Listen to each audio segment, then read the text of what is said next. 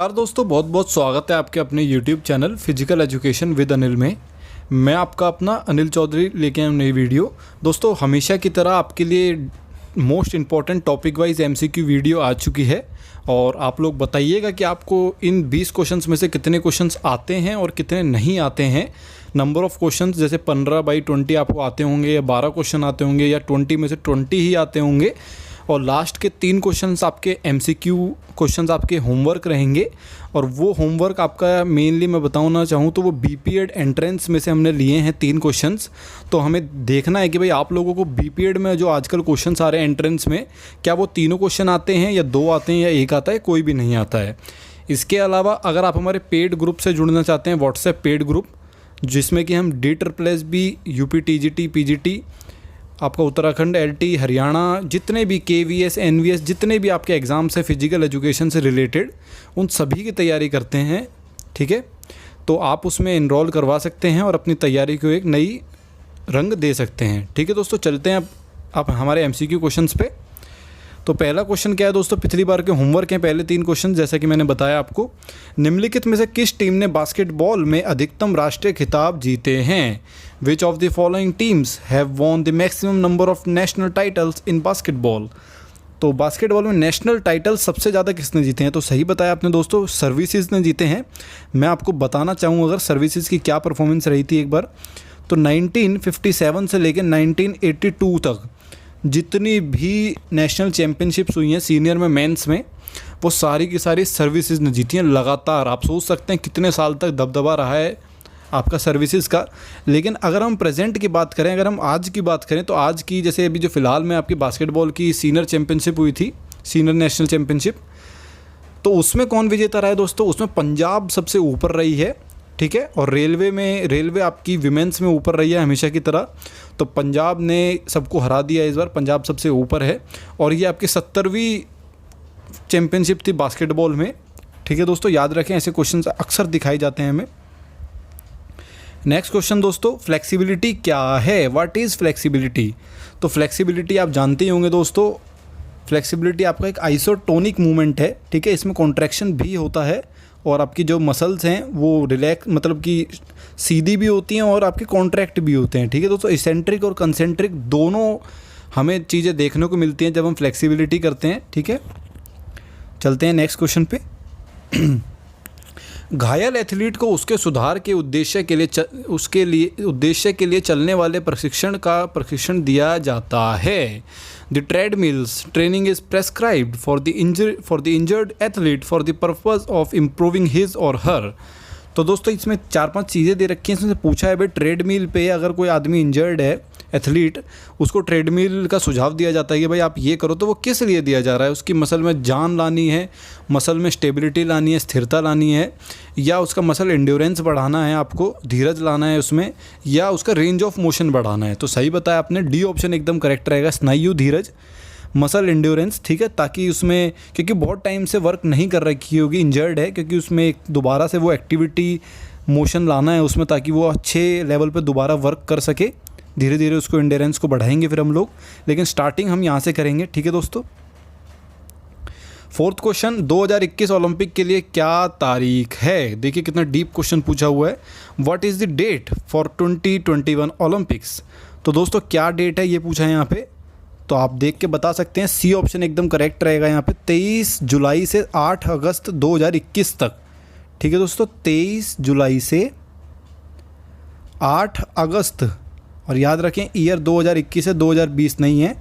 तो इसके और इसके बीच में आपका 2021 में टोक्यो ओलंपिक्स होने जा रहा है। इसके बाद आपका पेरिस ओलंपिक है, फिर आपका लॉस एंजल्स 2028 में है।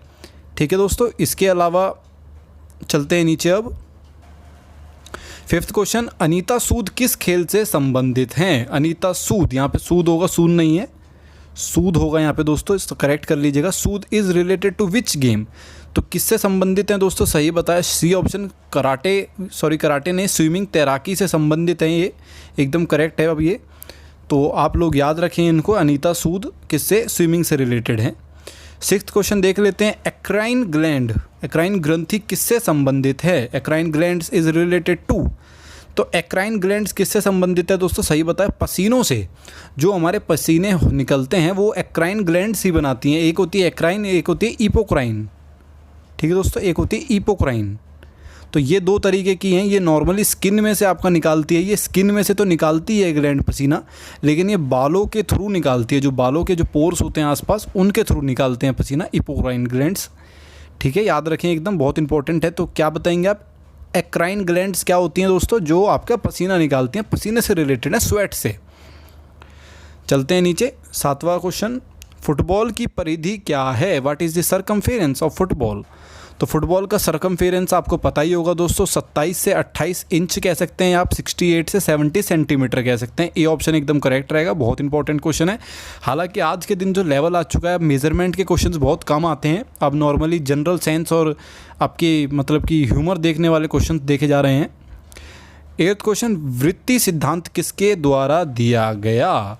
Instinct theory given by. तो दोस्तों किसने दिया था? सही बताया आपने, MC डोगल ने। ठीक है, याद रखें, MC डोगल ने instinct theory motivation of theory दी थी ये। ठीक है दोस्तों, चलते हैं नीचे।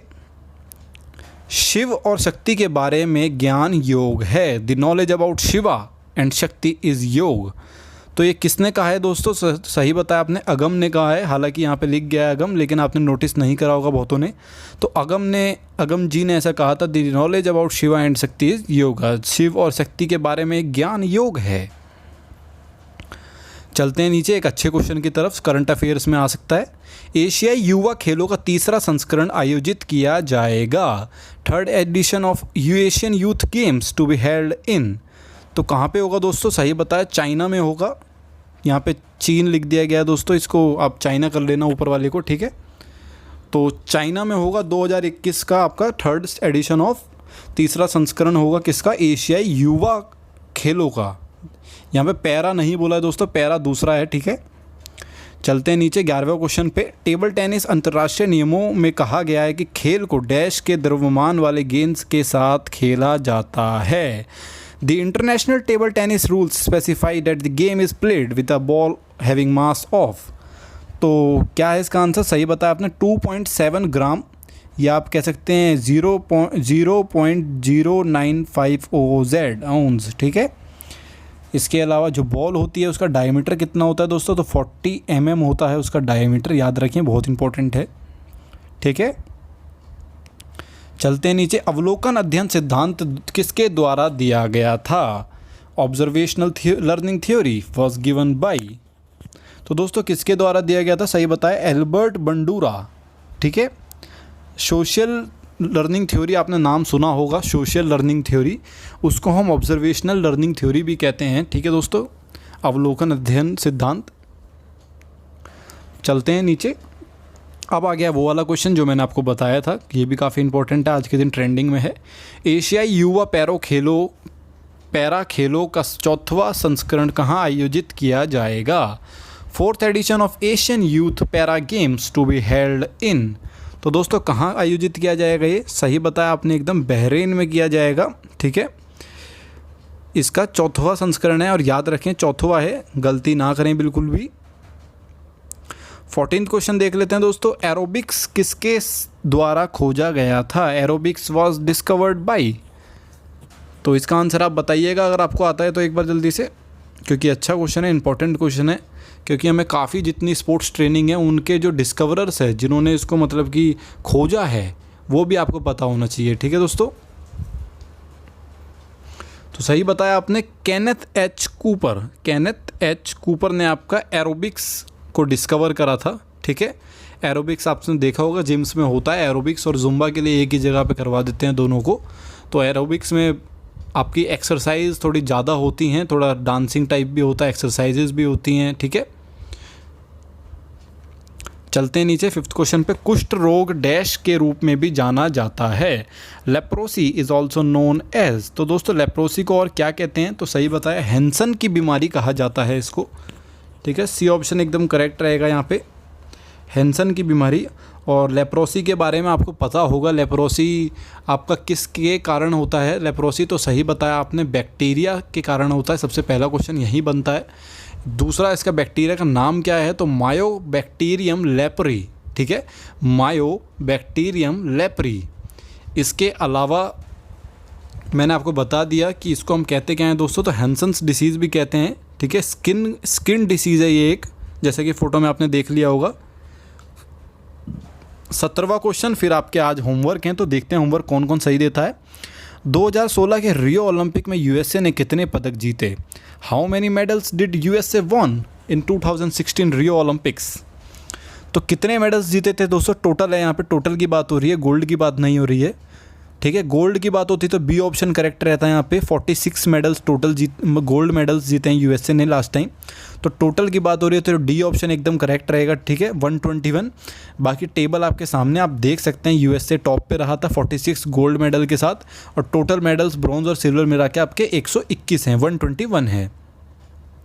अब आ जाते हैं आपके आज के होमवर्क पे। तो होमवर्क क्या है दोस्तों, 2018 के कॉमनवेल्थ गेम में महिला बैडमिंटन एकल स्वर्ण पदक किसने जीता?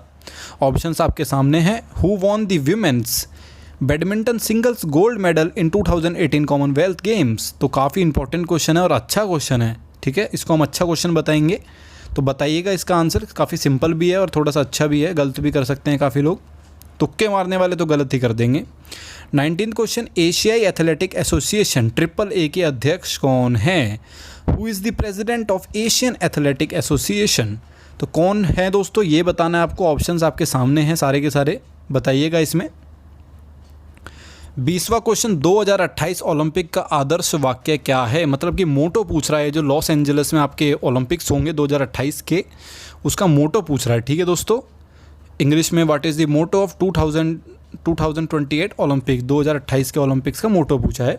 तो दोस्तों अगर आपको वीडियो भी थोड़ी भी इन्फॉर्मेटिव लगी है तो आप इसको वीडियो को शेयर करें और लाइक करें और कमेंट करके हमें ज़रूर बताएं कि आपको वीडियो कैसी लगी है। अगर कोई कमी लगती है तो कमी भी ज़रूर बता के जाएँ, ताकि हम अपने आप को इम्प्रूव कर सकें, और कोई अच्छी चीज़ लगती है तो उसको हमें कॉन्ग्रेचुलेशन कहें, ठीक है दोस्तों। Have a nice day, bye bye.